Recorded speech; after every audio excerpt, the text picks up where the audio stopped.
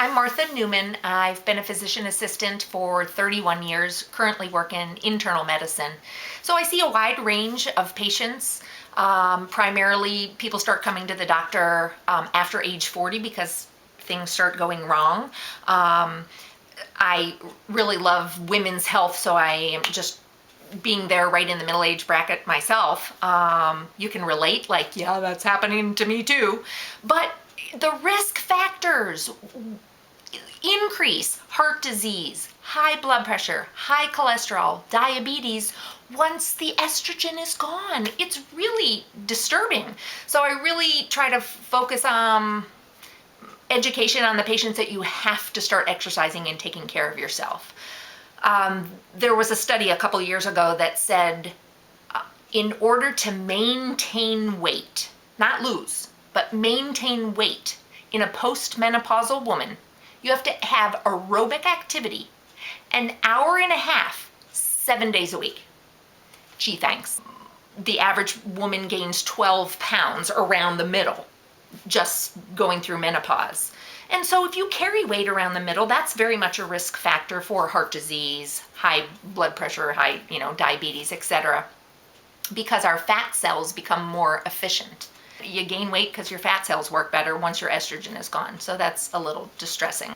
We're a machine, so there's going to be parts that just wear out, and that's normal. 9 out of 10 people become hypertensive, high blood pressure, over age 50. But there's no symptoms, so patients don't know that they have high blood pressure because they feel fine. So it's real important to start going to the doctor. So educating, making patients come back and forth, once a year, we don't have to see you a lot, is very helpful. Personally speaking, it's just I'm able to relate.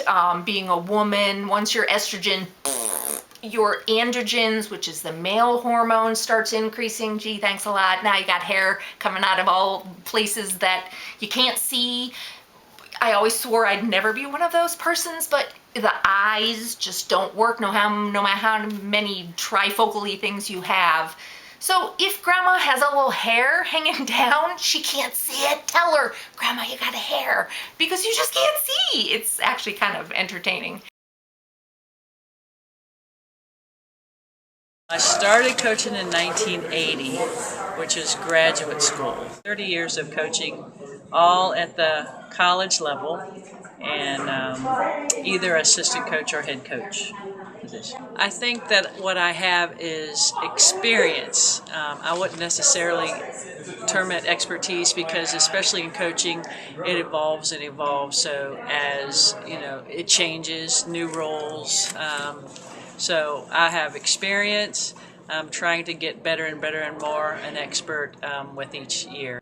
I don't know, when you coach your first team, you have no experience as a coach to go by. So every decision you make is the first one. And usually you learn by, your mistakes. So I would say the difference is maybe I made a lot of decisions based on what I was hoping a team could do, and some of them may have been unrealistic, or it may have been something that I saw somebody else do.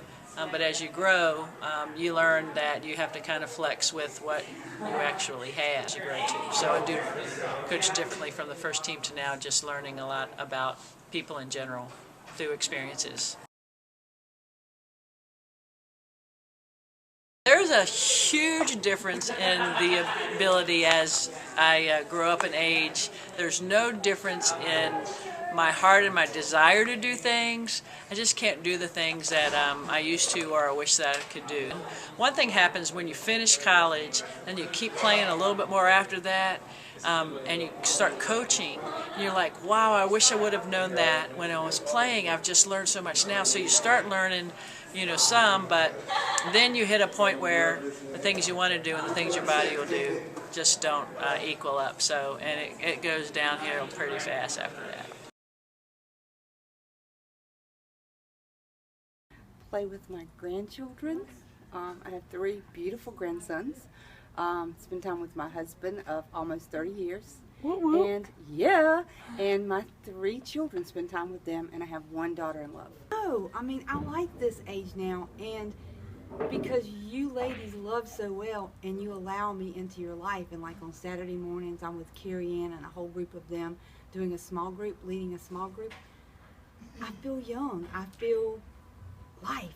So yeah, I think you're only as old as you allow yourself to feel, and I don't feel old. Um, love covers a multitude of sins. Love them. Um, just sometimes a smile. Sometimes just walking up and saying, how can I serve you? What can I do, to serve you today?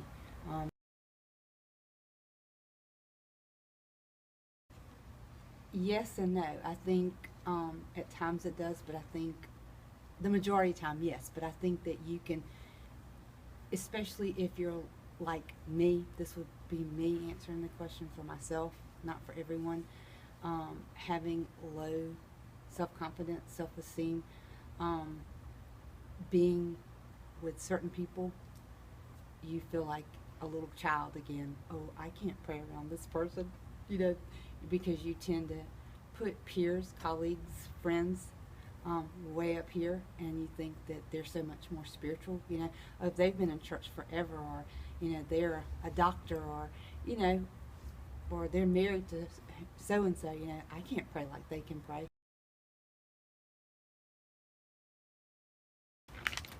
I think for me and a lot of my friends, children, grown children that don't know the Lord, that have walked away from the Lord. I think that seems to be a common, not everybody, but for a lot, having prodigals. It's very hard and it's very common.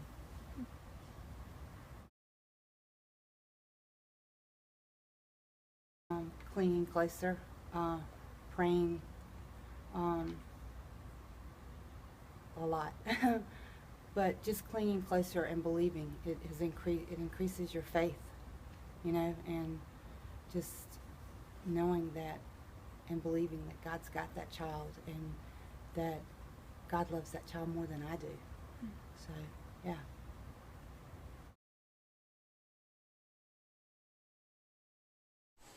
Hi, I'm Chris Cook, and I'm 53 years old. And I'm Kay Cook, and I'm 58. Instead of a parent-child relationship, it's really become more of a peer relationship, because it's not so much of always instructing, but it's one of friendship and fellowship and enjoying each other's company. And then whenever there is an opportunity for our children to ask advice, then we are there to give it to them and to help them through that process, whatever they're working on. I probably pray a lot more for my kids now that they're older because I have more time, whereas when they were younger I was too busy trying to keep up with them.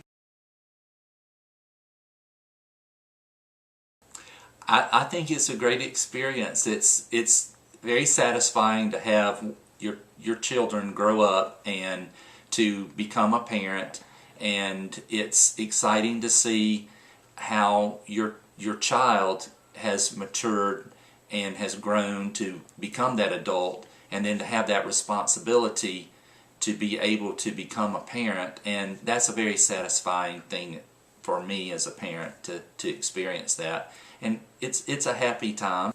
One thing is you want to give a lot of advice because you see them doing things that you know are going to be mistakes, and then you think, well, we had to do this and it all worked out okay, and so you just try to keep your mouth shut because the relationship is more important than them not making a little mistake here and there.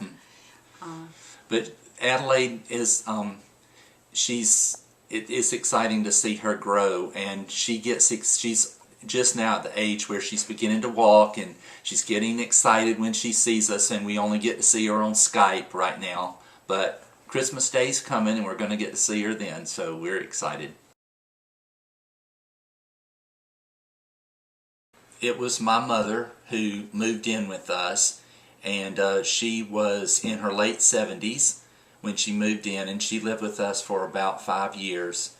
And life really changed a good bit, I guess, because her needs were great. She was a diabetic, and she required a lot of time going to the doctor, just trying to keep up her relationships with her friends, or either her sister and brothers, and or sister and brother, and we had to invest a lot of time into getting her needs met. And so the family dynamics changed, and trying to incorporate her into the family when she hadn't been here for, she's never lived with us. So that did take a lot of effort and a lot of extending grace to her and to you children.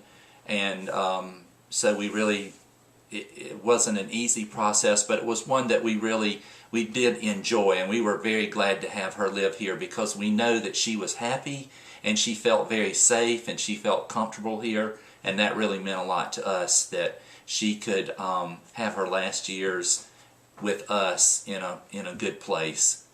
And we had to adjust our way of thinking about her too, because she was no longer an independent adult, and so we had expectations of her to be an adult, but she wasn't capable because of her mind changing, and she wasn't capable of making adult conversation and adult decisions, and it was quite an adjustment doing that. But it was worth it, and we're really glad we had her wouldn't have here. done it any other way. Right. It was a growing up experience for us. Mm-hmm. So it was almost as if you transitioned back into where she was almost a child and you were the adult taking care of her, instead of her being the adult and taking care of you. Now you reversed roles. Right, but at the same time, she wanted to feel like an adult, and she wanted to feel like she was independent. And so that was a fine line there. You had to try not to cross it.